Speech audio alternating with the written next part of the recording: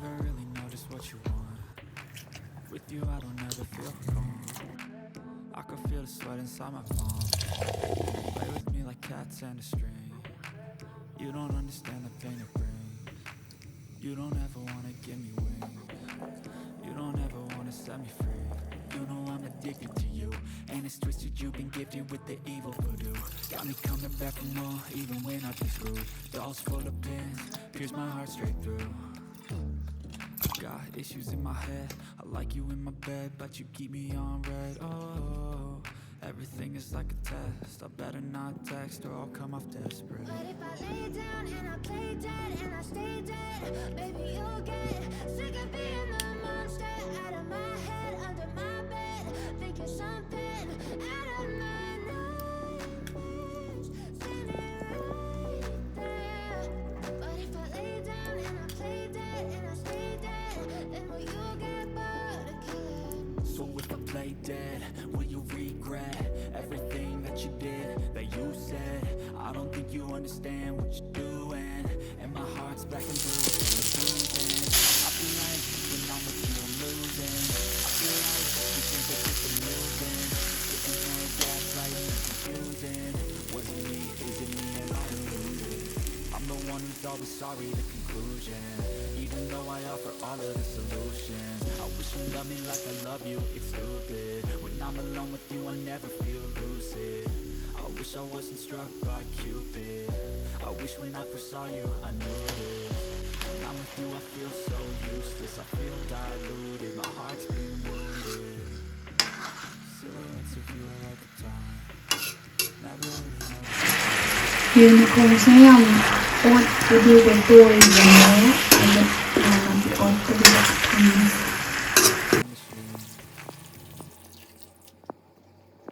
mayam aigi video sibu yengbiriba khudingmak thakatjari aduga subscribe tawdaba yaw tardi sungsoi soidana subscribe tawshinbiramo aduduga aigi subscriber viewers commenter khai hainingai letan thakatjari maramdi video ngai bada waye khotle adumai haibirakpa mayamdo ai adum toina adum thakatjana bai hotna jage mayam ado ngasi aina chadoise chicken makhong ne chicken makhong ne momo ne adagidi chicken roll ne mayam chicken makhong se mawong ama tawbane mawong amada ngaujabane aduduga haidi boneless to do mayam khangmudi khangbiramani adune sumain tarago in chajarage aduga momo chabiro hai mayam momo se yambadi nate adu tarshum charage aduga tan charo habda ai shinga sai uibako adana chaning mandana tan charo habda ai ju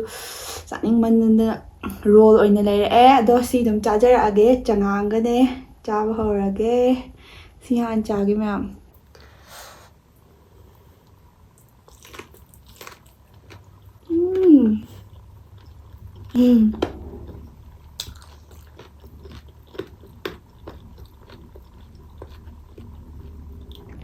mayam kuhama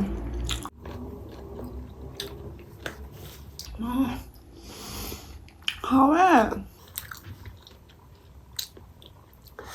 aduga charo haba mayam do nakanda tholamge momo do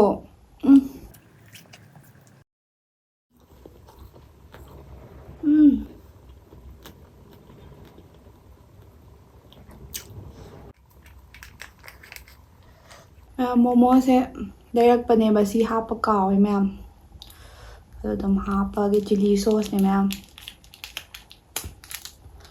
yam hawe pork momo ne chicken makhong se khu haum ni ko mayam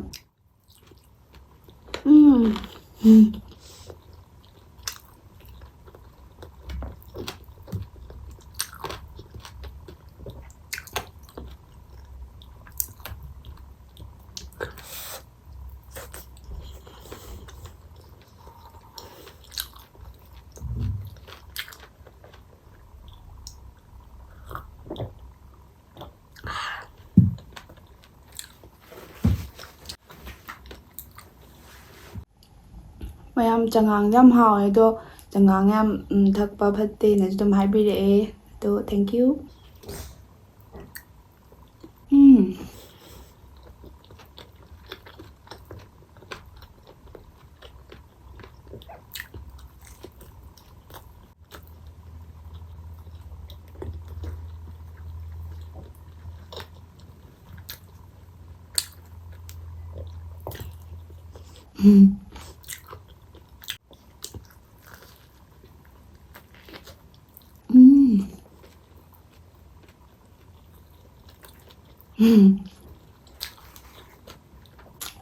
Yum hot.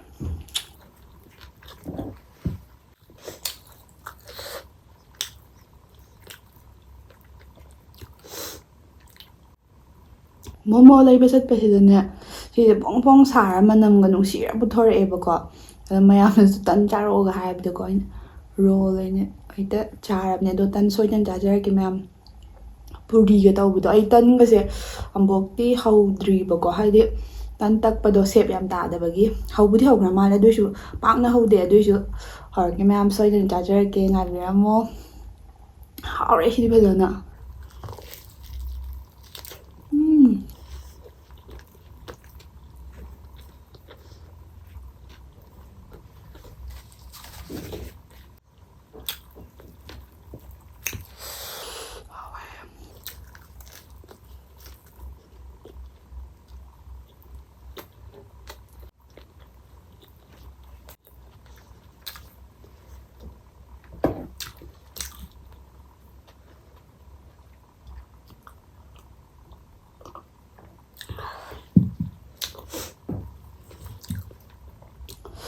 sino mrom hala.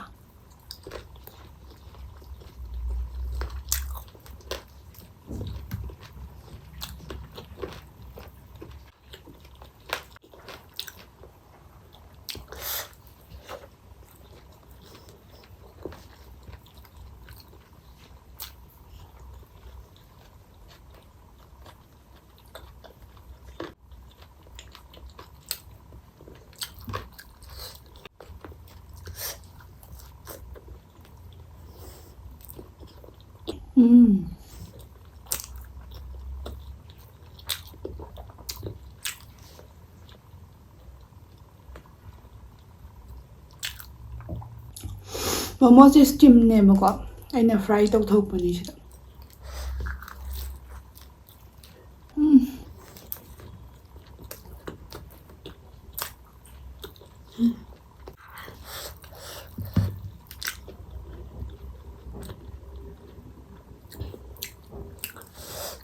Capsule ꯑꯃ ꯊꯦꯡꯅꯔꯤ ꯌꯥꯝ ꯍꯥꯎꯋꯦ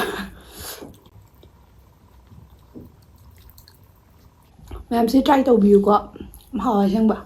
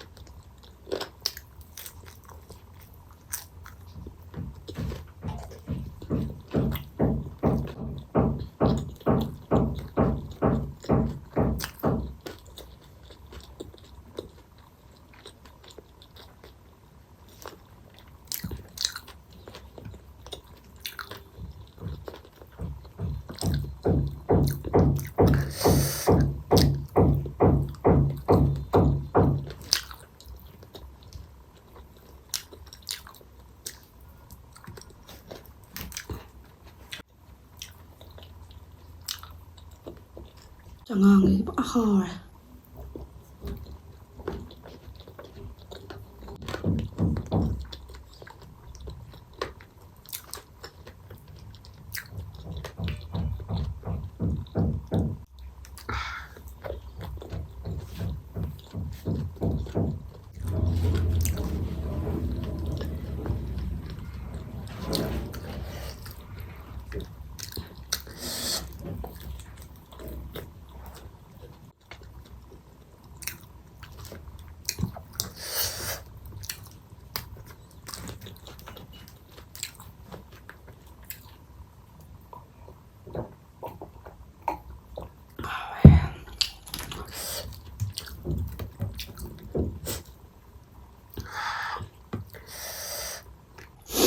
ꯂꯥꯁꯅꯦ ꯂꯣꯏꯒꯤꯗꯧ ꯄꯥꯝꯃꯨꯏ